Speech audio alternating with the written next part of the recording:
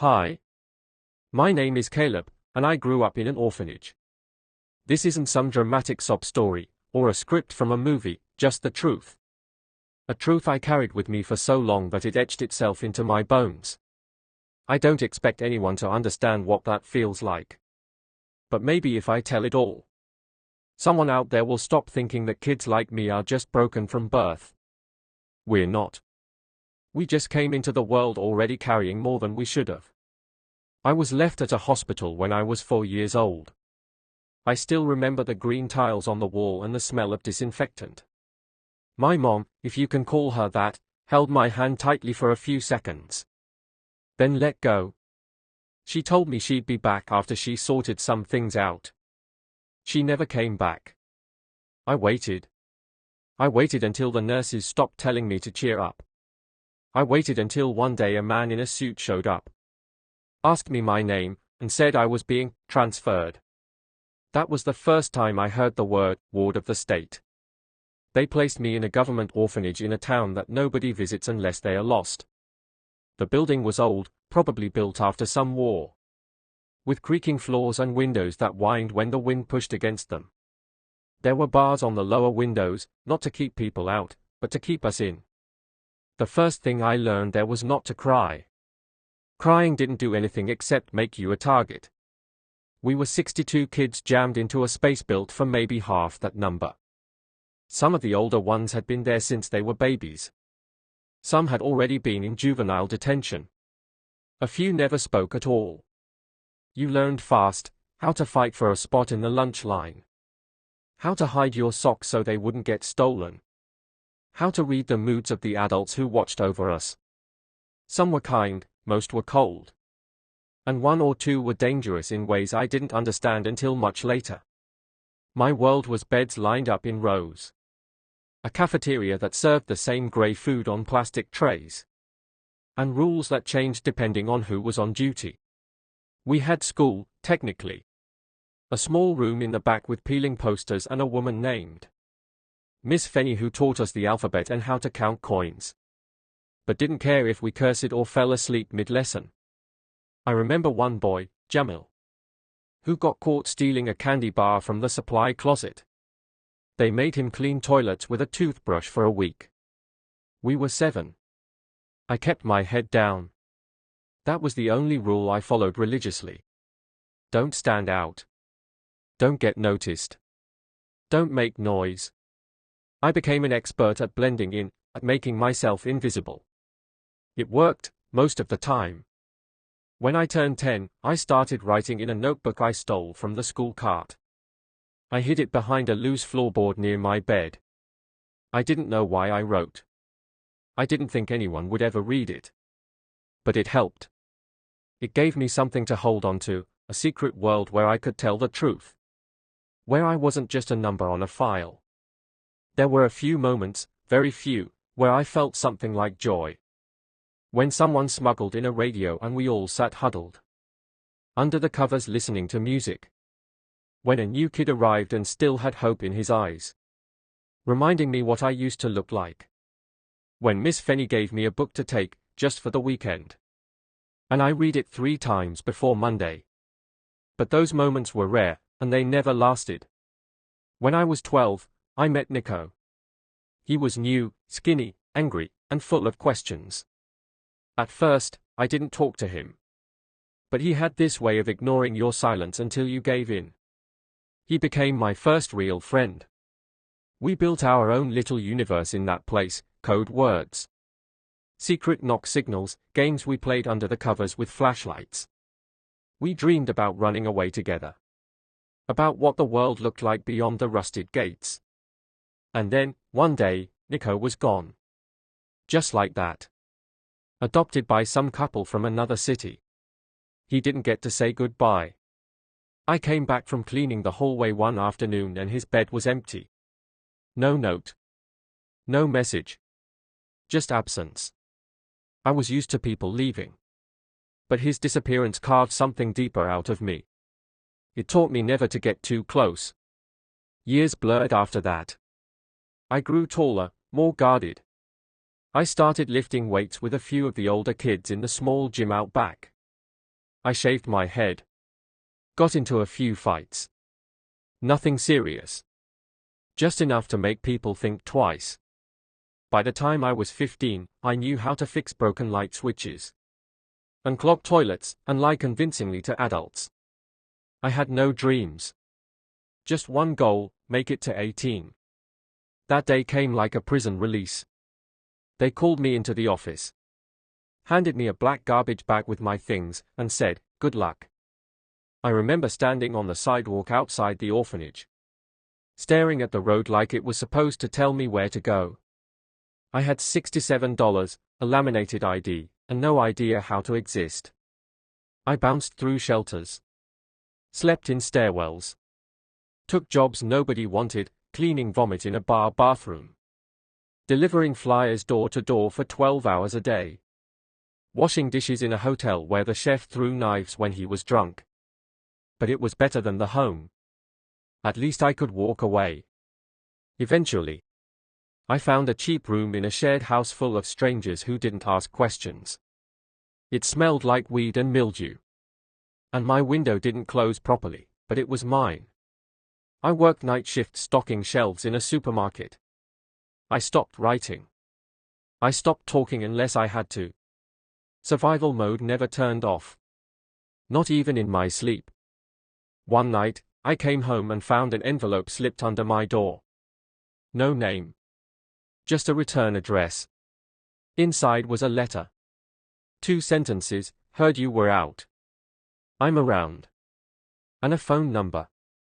It was signed, Nico. I stared at the paper for hours. I didn't call him that night. I didn't know what I'd say. What do you say to someone who shared your nightmares? But I called him the next day.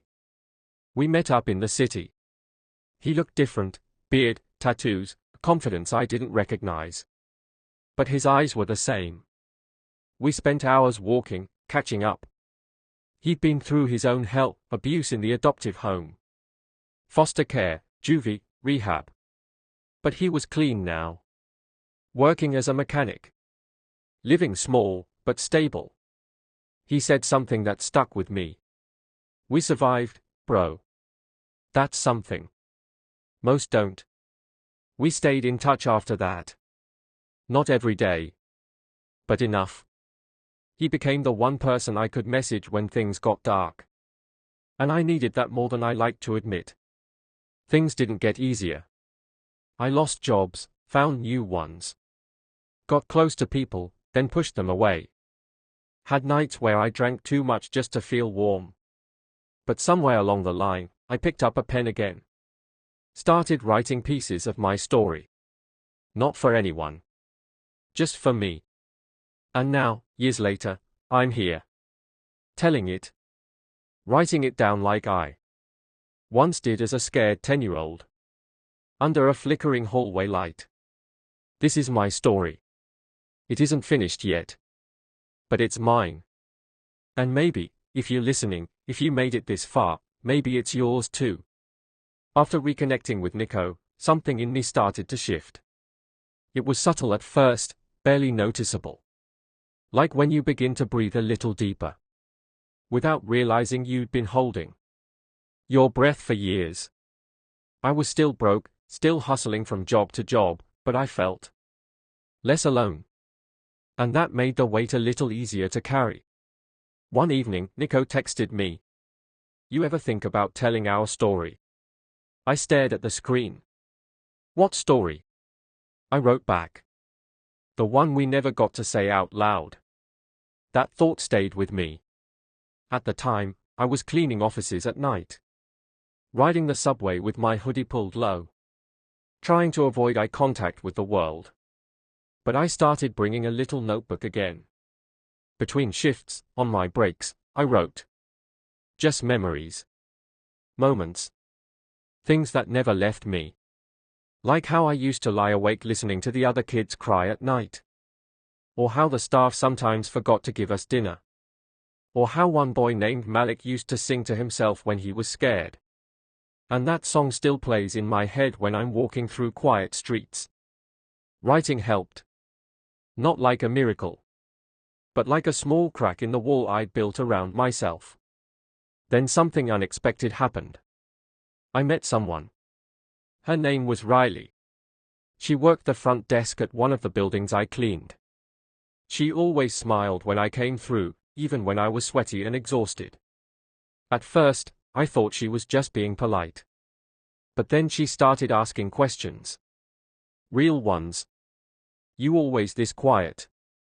You like books? You ever gonna tell me your name? She was different. She wasn't trying to fix me or figure me out. She just saw me. That terrified me. But I didn't run. Our first date was walking in a park, drinking coffee from gas station cups. I told her about the orphanage. Not everything. Just enough. She didn't flinch. Just nodded and said, "Well, damn. You're still here, though." I didn't know how much I needed someone to say that. We kept seeing each other. Slowly. Carefully. I still struggled. I still had nights where I'd shut down, where I'd disappear into myself. But Riley stayed. And Nico stayed. For the first time in my life, I had a kind of circle. A small one, imperfect, but real. When I turned 25, Nico showed up with a gift. A printed version of the pages I'd been writing. "I printed this out," he said. "I think you should finish it." I looked at the pages, my handwriting turned into paragraphs, my past made solid. "You think anyone would care?" I asked. He shrugged. "Maybe not everyone. But maybe the kid who's still stuck in that system will." That night, I couldn't sleep. I sat at my desk and wrote until the sun came up. Wrote about the time we had to share one winter coat between 5 kids. About the girl who disappeared and we never saw again. About how we learned not to flinch when doors slammed. About how birthdays passed without anyone noticing. About the moments of laughter. 2. The stupid games, the jokes. The bond that only kids trapped together could understand. I started typing everything out. I created a blog. Didn't use my real name at first. Just put it out there. To my surprise, people started reading. First a few. Then dozens. Then hundreds. Comments came in. This was me. I thought I was the only one. Thank you for writing this. For the first time in my life, I felt like I was giving something back. That's when I decided I wasn't just going to survive anymore. I was going to live. Riley helped me apply for a creative writing program. I got in. Part-time, sure, but it felt like climbing Everest. I still worked nights. Still paid bills late. Still had scars I didn't talk about. But I was building something now. A future I could actually imagine myself in. My past will always be a part of me. The orphanage. The loneliness. The silence. It shaped me, carved me out from the inside. But it didn't break me. I'm telling this story now for the ones who never got to. For the boys still behind those locked doors.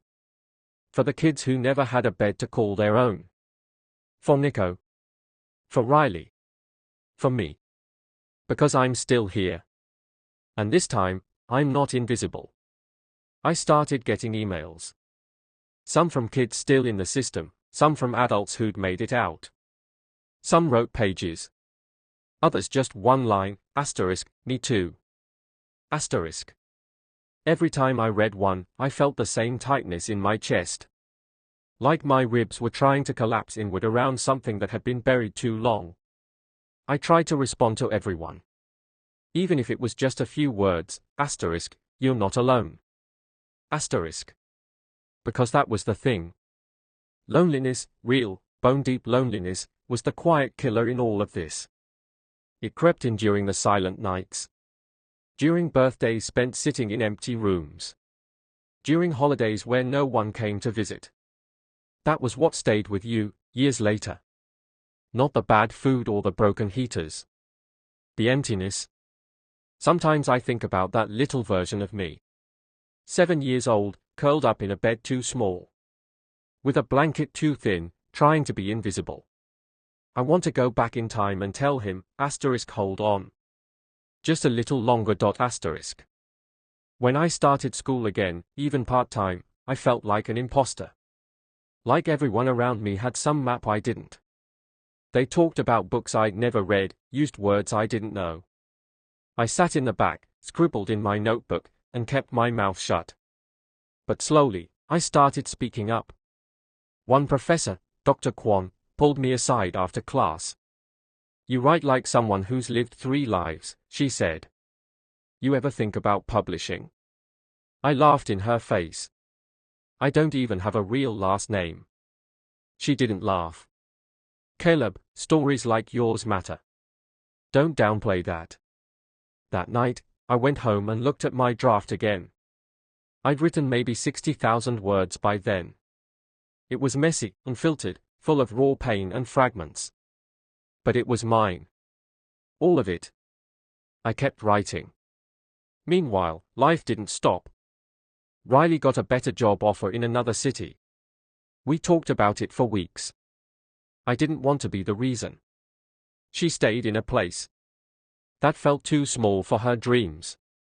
So I helped her pack. Drove her halfway across the state. Watched her disappear into a building with white lights and polished floors. She kissed me goodbye with tears in her eyes. "I'll come back," she whispered. I nodded. "I'll be here." But we both knew, life happens. Promises stretch thin over distance. I didn't ask her to wait. I didn't ask her for anything. I loved her enough to let her go. That night, I walked home in the rain. No umbrella. Just the sound of my own footsteps on empty sidewalks. It felt familiar. Like the universe reminding me, "You're still on your own." But I wasn't the same kid anymore. Now, I had my story. Now, I had a voice. I didn't stop writing. If anything, I wrote more. I stayed up until sunrise most nights. Sitting at the chipped wooden desk in my tiny apartment. Fingers numb from the cold because the heat barely worked. I wrote about the things I thought I'd forgotten. Like the time a new kid arrived at the orphanage. With a black eye and refused to speak for a week. I remembered how we all sat around him silently. Like animals trying not to spook the injured one. Eventually he spoke. And when he did, it was just one word, home. That word haunted me. Because we all wanted to ask it. But he was the only one brave enough to say it out loud. I wrote about our makeshift families. The brothers and sisters we claimed because we had no one else. I wrote about the betrayals too, kids who stole from you in the night.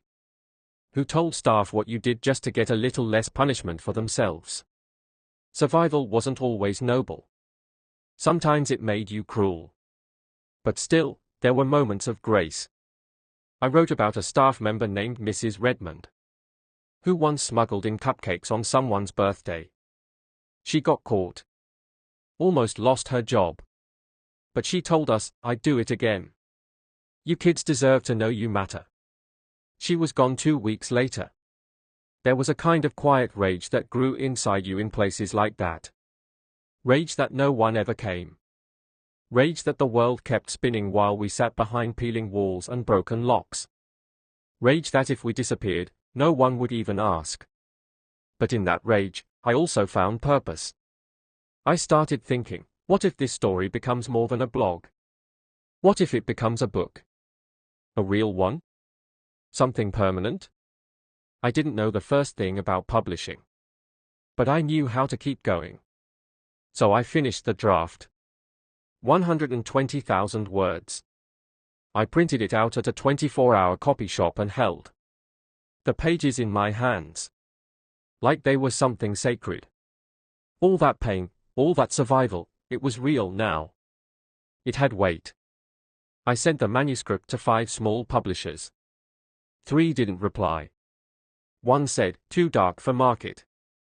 But the 5th one, a tiny press run by a woman named Elise, emailed me back personally. I read this in one sitting, she wrote. It's raw, but it's honest. I think the world needs this. I cried when I read that. For the first time in a long time. I cried like I used to when I was 10, silently. With my whole body, like the grief was shaking its way out of me. We signed a contract. They didn't have much money, but they cared. And that was enough for me. While the edits were happening, Riley called. I read your blog, she said. Her voice was softer than I remembered. I had no idea you were carrying all that. I didn't either, I said. We talked for hours. She told me about her new city, her new friends. I didn't ask if she was seeing someone. She didn't ask if I was. We weren't there to measure what was lost, we were just happy to hear each other's voices again. Before she hung up, she said, I'm proud of you, Caleb. Really proud. I sat in the dark with my phone against my chest, her words echoing in my ribcage. The book came out in early spring. The cover was simple, just my name. The title, Rooms Without Locks. And an image of a cracked window letting in a sliver of light. I didn't expect much. Maybe a few sales. Maybe a kind review or two. But something strange happened. It caught fire. A teacher in Ohio assigned it to her senior class. A counselor in Denver bought copies for her youth support group. Then a social worker shared it on TikTok, and suddenly, I was getting messages from strangers all over the country. Former foster kids. Volunteers. People who'd never known what went on behind those walls but wanted to understand. It wasn't just a book anymore, it was a voice. I got invited to speak at a panel. Then another. I stood on stages in front of hundreds of people, holding a microphone with trembling hands. I told them what it meant to grow up forgotten. What it meant to survive without ever being chosen. What it meant to finally choose yourself. One night, after a reading in Chicago, a boy no older than 16 waited until everyone had left. He walked up, holding his copy like it was something holy. I didn't think anyone would ever write about us, he said. I didn't ask what he meant by us. I just nodded and said, we matter. Even if no one told us. He didn't cry, but I did. Quietly, when he was gone. The more I spoke, the more I realized this wasn't just my story. It was the story of thousands. Tens of thousands. Kids who'd aged out of the system and ended up in shelters. On the streets, in jail, or just vanished into the noise of the world. No one tracked them. No one asked what became of them. I wanted to be the one who asked. So I started a foundation. Just a little thing, at first, fundraising through the website. Asking for donations. Every dollar went toward helping kids who were about to age out. We offered temporary housing, job training, even therapy. I couldn't change the system. But maybe I could be the net that caught a few before they fell. We called it Second Key. Because even if the first door locked behind you, you deserved a second chance to find a new one. I stayed busy. Too busy to think about what I'd lost.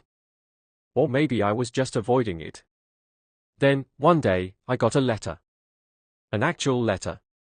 Not an email. Not a message. A folded envelope with my name in tight cursive on the front. Inside was a photograph. It was me. At age 11. Sitting on the steps of the orphanage, holding a book in my lap. I didn't even remember the moment it was taken. On the back, someone had written. You always had it in you. There was no name. No return address. Just that. I stared at it for hours. Who had sent it? A former staff member? A foster sibling? One of the few who remembered me? I didn't know. And maybe I never would. But it didn't matter. What mattered was that somewhere, someone saw me. Even then. Even when I didn't see myself. Things moved faster after that. The second printing of the book sold out in 2 weeks. I was invited to do a TEDx talk. Journalists started asking for interviews. I even got a call from a documentary filmmaker who wanted to adapt my story, our story, into a film. It all felt surreal, like I had stepped into someone else's life. A better version of me. One with purpose. But with the attention came pressure. People expected me to have answers. To know how to fix a broken system. To be some kind of success story. They could hold up as proof that everything works out in the end. But I wasn't a symbol. I was still figuring out how to breathe without flinching. Still waking up some nights from dreams where the walls of the orphanage closed in on me. There were days I wanted to disappear again. Just vanish back into silence. But then I'd get a message, a teenager in Kansas, a grown man in prison. A mother who had just adopted a foster child. And they'd all say the same thing. Thank you for making me feel less alone. So I stayed. I kept showing up. And then one day, I went back to the orphanage. It had a different name now. New management. The old paint had been replaced, and there were flowers near the gate. But the bones of the place were still the same.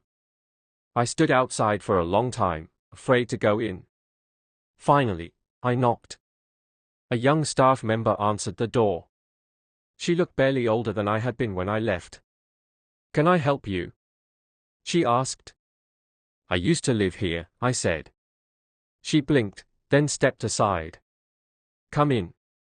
The kids stared at me like I was a ghost. Maybe I was.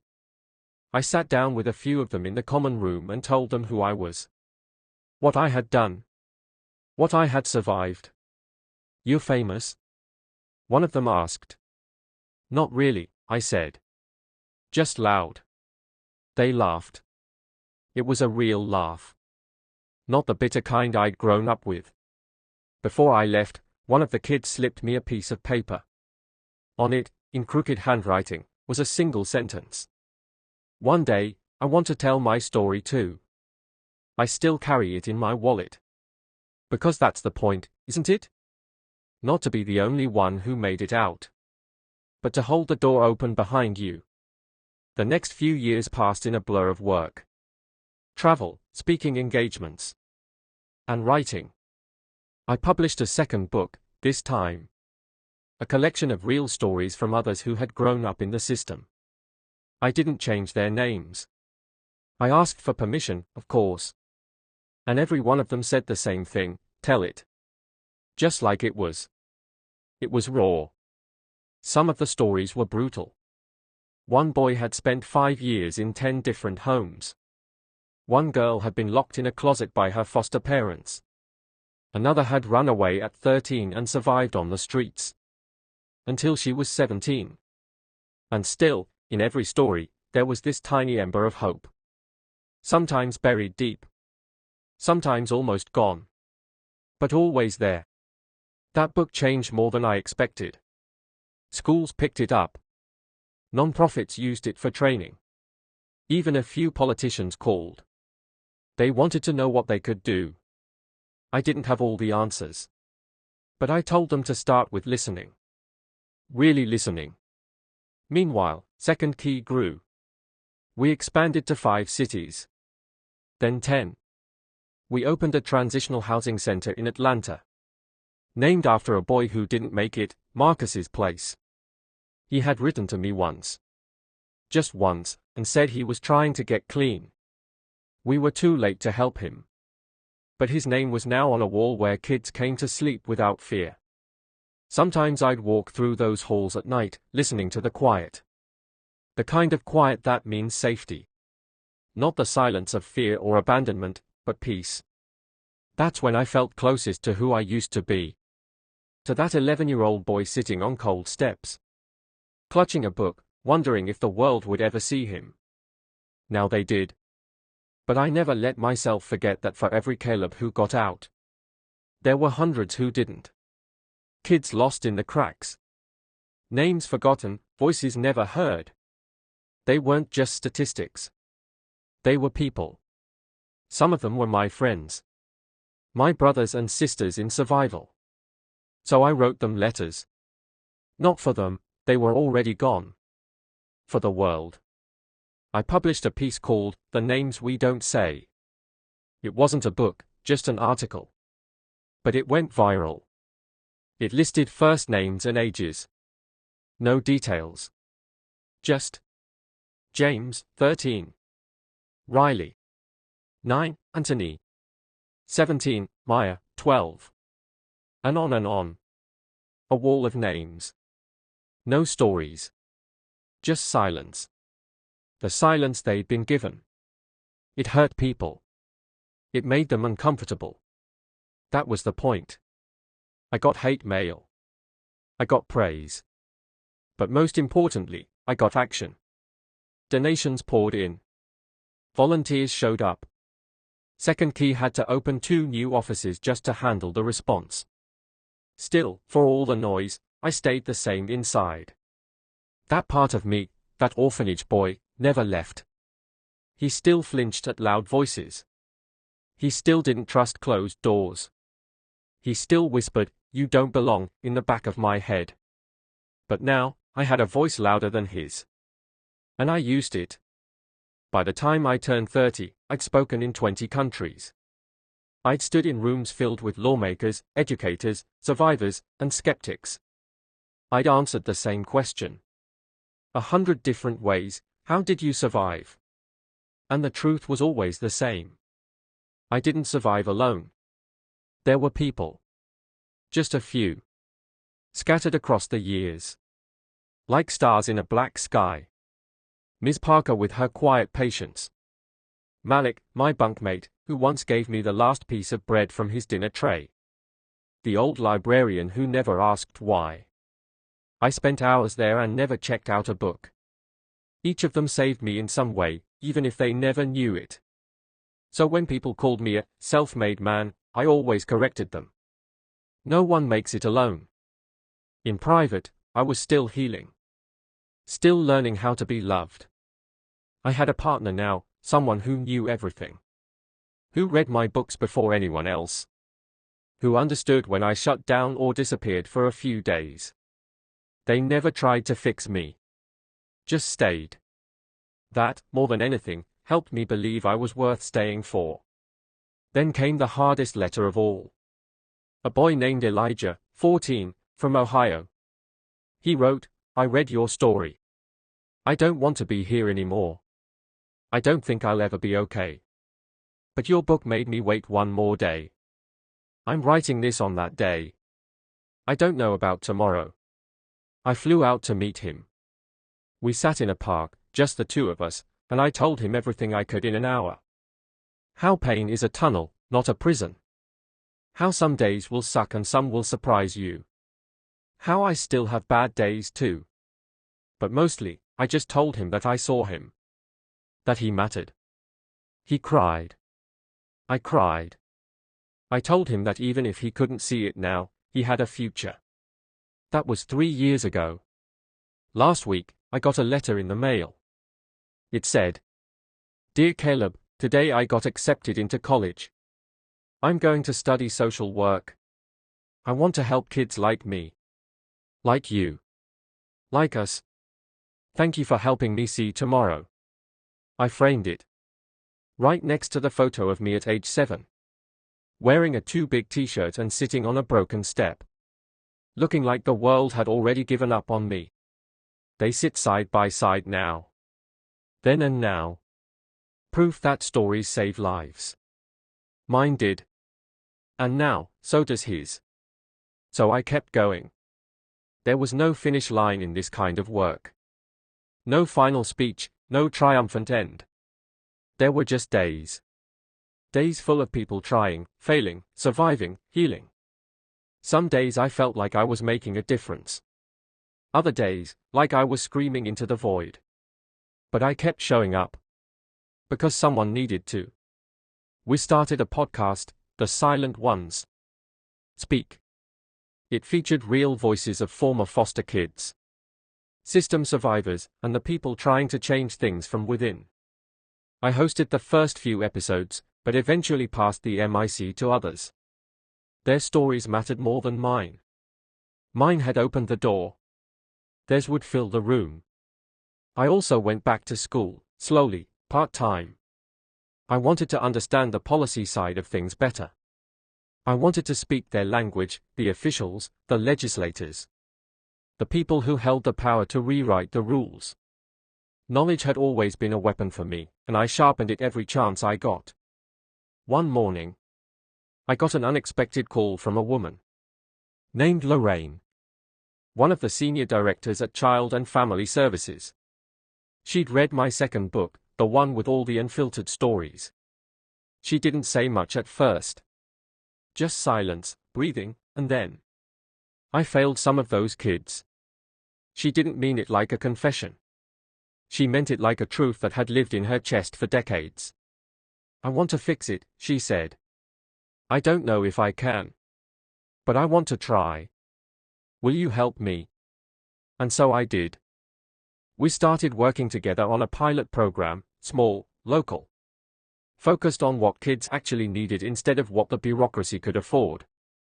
The idea was simple: stable housing, consistent adult mentorship, mental health support, and education planning. We ran it with just 12 teens. It wasn't perfect. Some dropped out. Some struggled. But none of them disappeared. And when we followed up a year later, 9 of the 12 were either employed or in college. 2 were in trade programs. 1 was figuring it out, slowly, but still in touch. That was a win. I remember sitting in the back of the final meeting, watching one of the boys give a speech. His voice cracked, but he kept going. He thanked the mentors, the program, and then looked straight at me. "You said we weren't broken," he said. "You were right." I had to step out of the room after that. Not to cry, though I did. But because I knew, in that moment, that it had been worth it. All of it. Every night I cried myself to sleep in that orphanage. Every fist fight. Every time I told myself I didn't matter. Every scar, physical or otherwise. It led to this, to being the kind of man I never thought I could be. A protector. A builder. A survivor who didn't just survive, but helped others do the same. And when people ask me today, "Who are you really, Caleb?" I still say, "I'm a kid from the system." Because I am. But now I get to add something else. I'm proof that the system doesn't have to be the end. It can be the beginning. And I'm just getting started.